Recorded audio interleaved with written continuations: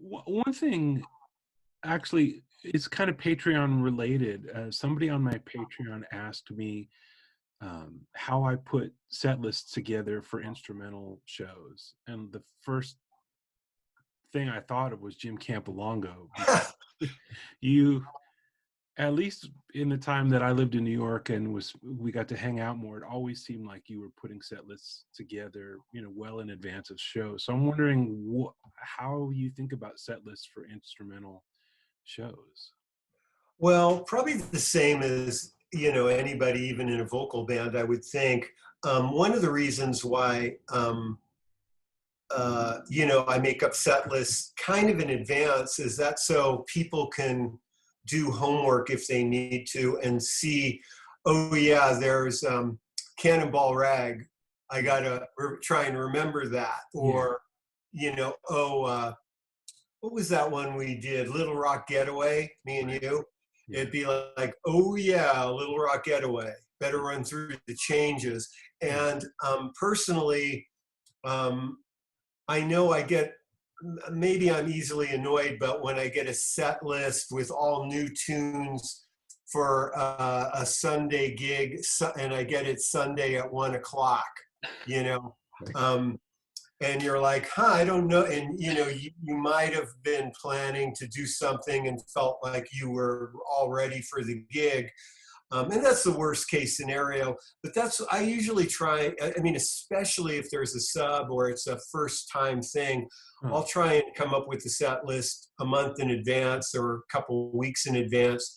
And I also send MP3s in a Dropbox, and I number them so they match the set list. Wow.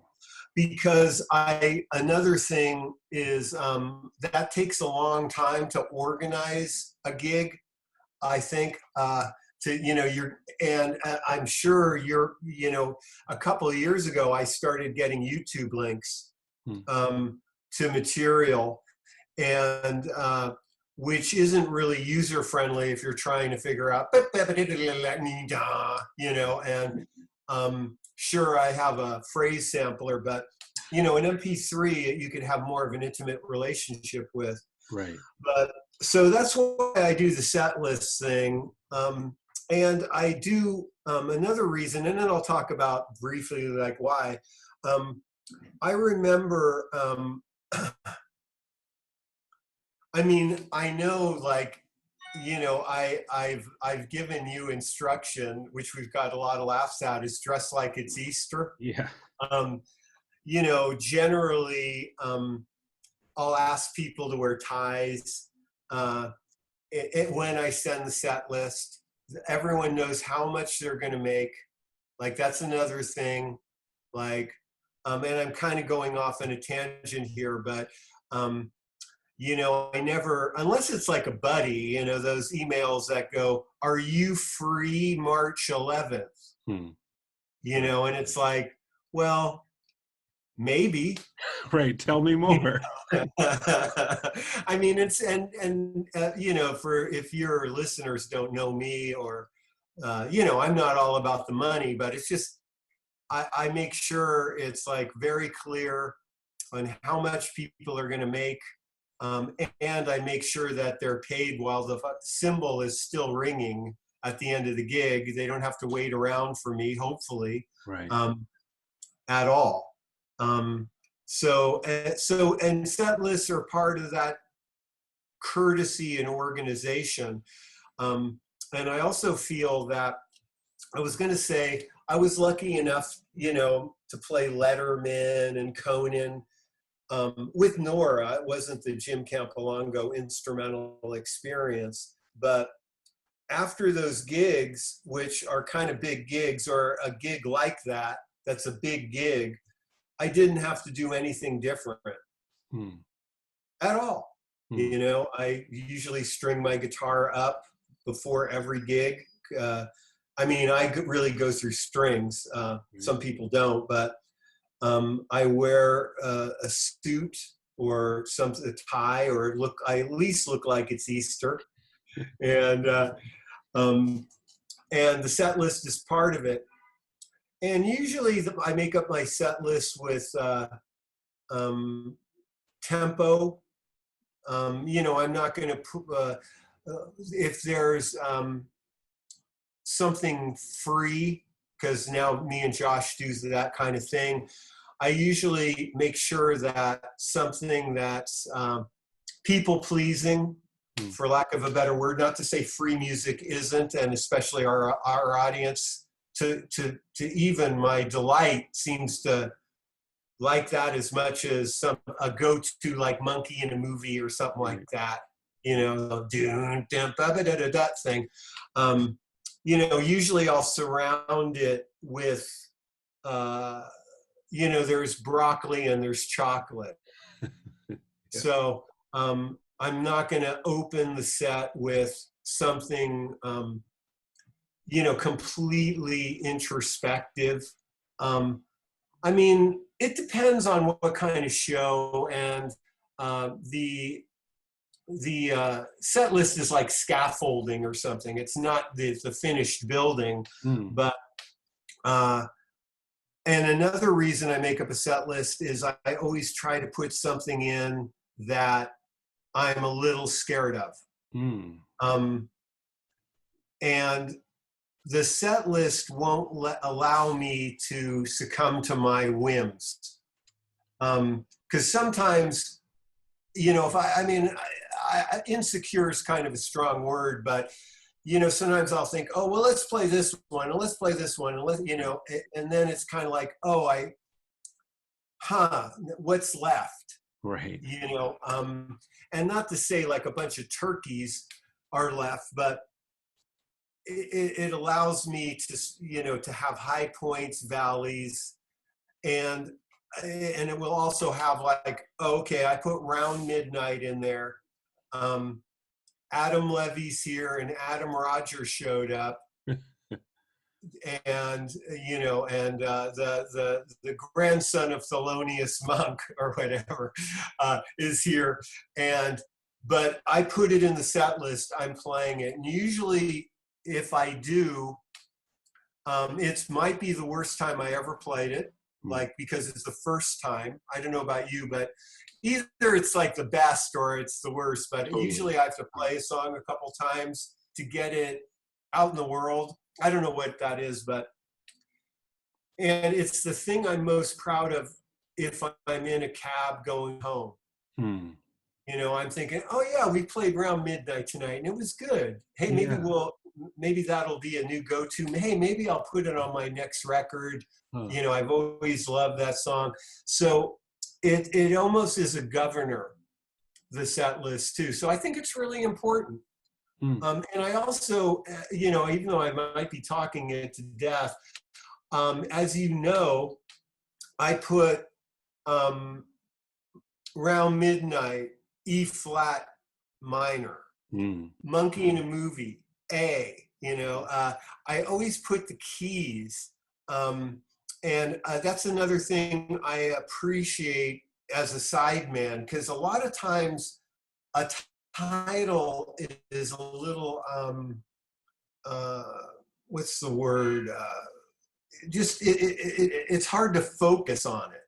Right. But if I'll be like, oh yeah, or G, you know, somehow it opens up my mind as an instrumentalist. Sure. Because I'm not up there singing, to what the song is, even if it's called, you know, Baby, I Miss You, I Miss You, I Miss You So Much. F, oh yeah, that one. I start with that arpeggio, you know, I think it's like a mini chart, like a microscopic chart, at least for me. So that's the thought process and the rationalization between 4 sets. Wow, that's cool. Yeah, sometimes I think like maybe that's the whole reason Sharpies were invented. It's like when I'm on stage as a side person, like if I'm playing in somebody else's band and they're like, okay, we're going on in 5 minutes, here's the set list. And if it doesn't have the keys, I'll take my set list and just do exactly what you said. If I just write E flat minor or G or whatever, it's the tiniest little thing. It's barely, you know, it's like when the Titanic is is going down. It's just like a popsicle stick, but somehow it floats you, you know. It's really Yeah. funny. I'm really glad. I mean, I wasn't sure if, I didn't know you did that. Yeah. But yeah, to put the key, it's so helpful. Oh yeah, the one in A flat, Yeah. So yeah, that it really, really does help. Well, that leads me to I want to ask you something about composing, because you are one of the more prolific guitar player composers that I know. It seems like there's always new tunes at shows. And with all of the thought about set lists, I wonder, when you are writing, do you look at like, oh yeah, the last couple tunes I wrote were in D, so I better write something in A flat, or the last couple tunes I wrote were in minor key, so I better write a major? Like, do you think about like what your sets need, or do you write just for the moment of whatever you're writing? No, I just write for whatever the moment I'm writing. You know, so yeah, sometimes there's an abundance of A or something, but no, I mean, I'm just, if I write a tune, sometimes too, I might write three. I'll do a cluster of like 3 or 2 tunes that are similar, and then I'll think, oh yeah, and I don't even notice it until I've done it, and I'll think either they need to be spread out, or may the best man win, if they're that similar. But I do kind of do that. I kind of feel like I write a certain kind of tune, like a pseudo bossa nova mode I just went through, and I wrote like 2 or 3 tunes. I mean, one of the big problems is, I mean, I don't know how many tunes I have. I think there's like 120 on iTunes, and it gets down to 10 tunes and 12 tunes, unless it's a 3-set gig, which I'll take advantage of. But I mean, I just did a gig with Steve Cardenas in January, and thankfully I had a set list from 3 years earlier, because I keep all the set lists.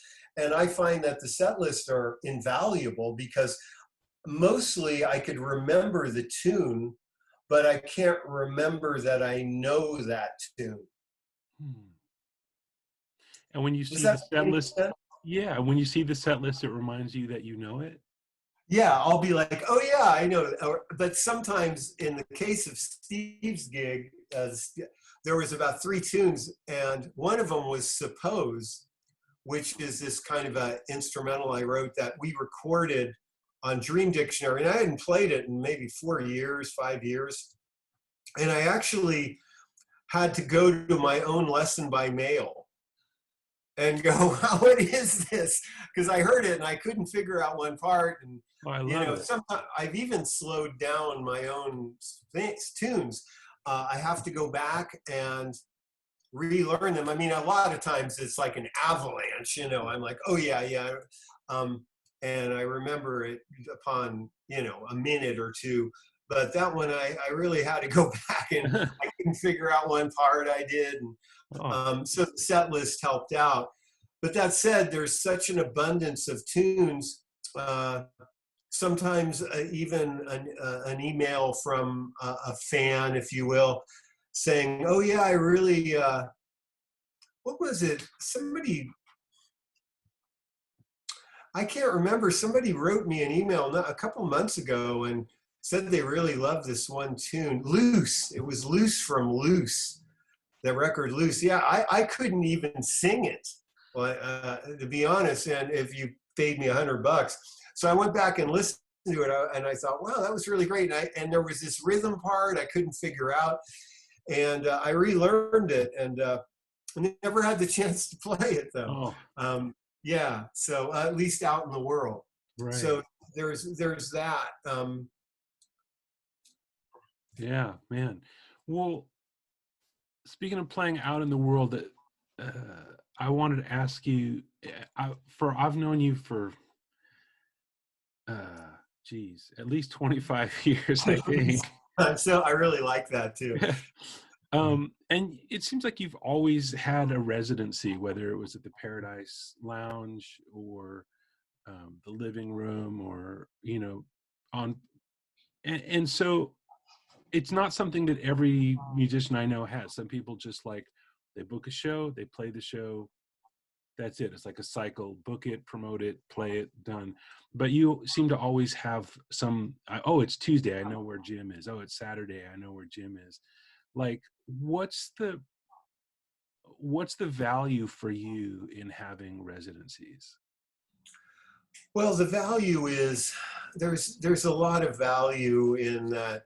The band gets really good, and it gets good organically, and in a way that is hopefully feeding off the energy of the crowd, and then internalizing that, and then returning it, and which is a bit tribal, and about, at least a temporary community. So I think that really feeds the music, to where it has those components. And I'm not saying, Prince wasn't any good, because he didn't do that, but at least,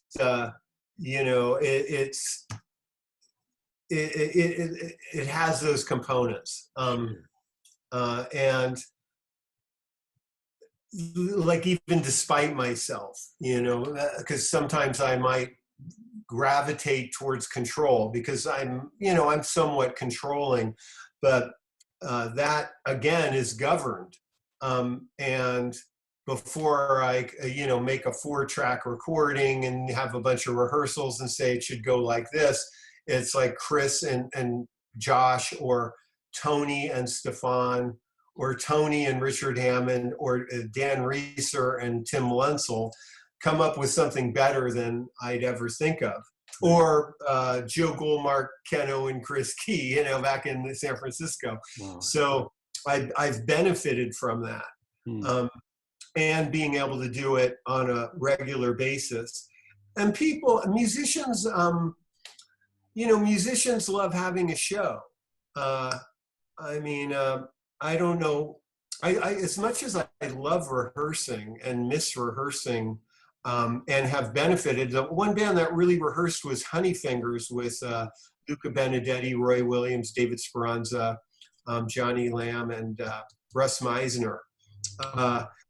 We were, I got all the names in there. We rehearsed quite a bit, and we'd meet like every Wednesday at 10:30 because the parking was compatible or something. And we made that record, and it was really rehearsed. And I had booked 3 days, and we did it. We were finished the middle of the second day. We got everything, So, but that said, the residency, and actually that band had a gig too at this vodka distillery, where the same thing I described earlier. So I think it's really healthy for the music, and it's a healthy setting for musicians, I think. Sometimes at rehearsals, I don't know. I'm not saying like everybody starts arguing like Guns N' Roses, but it's a very healthy atmosphere for a musician, I think, and for a band, a group, to just play. So those are the benefits. The other benefits are, like you said, oh, it's Tuesday, so it's Jim.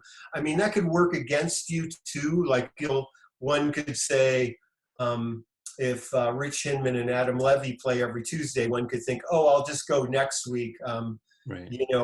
Instead of, hey, this is my chance to see Rich Hinman and Adam Levy. Right.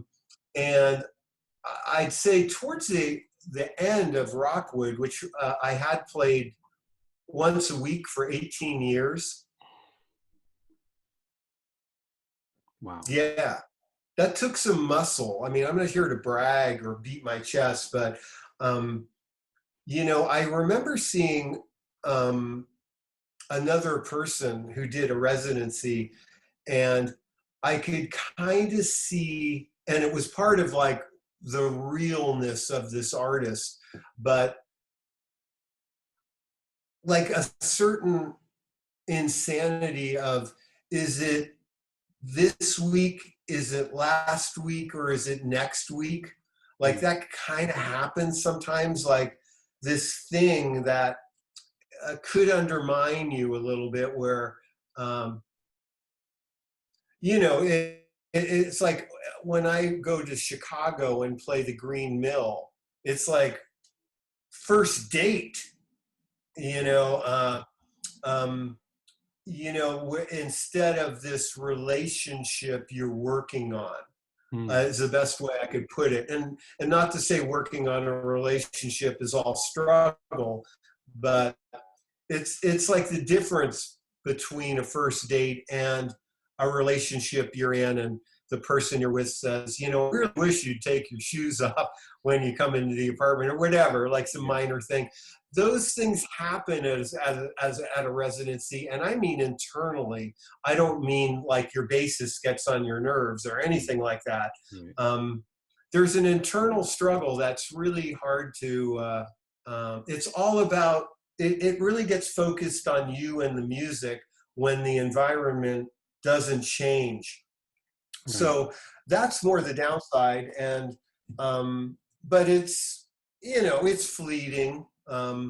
But there isn't a built-in first date excitement, and you have to hunker down and have new material, not take the audience for granted, and go, wow, there's 7 people from South America here tonight, and they can't believe we're standing up here, So there's that too. Right. Um, Right. did I answer the question? Yes, you did. I kind of forgot. That's so great.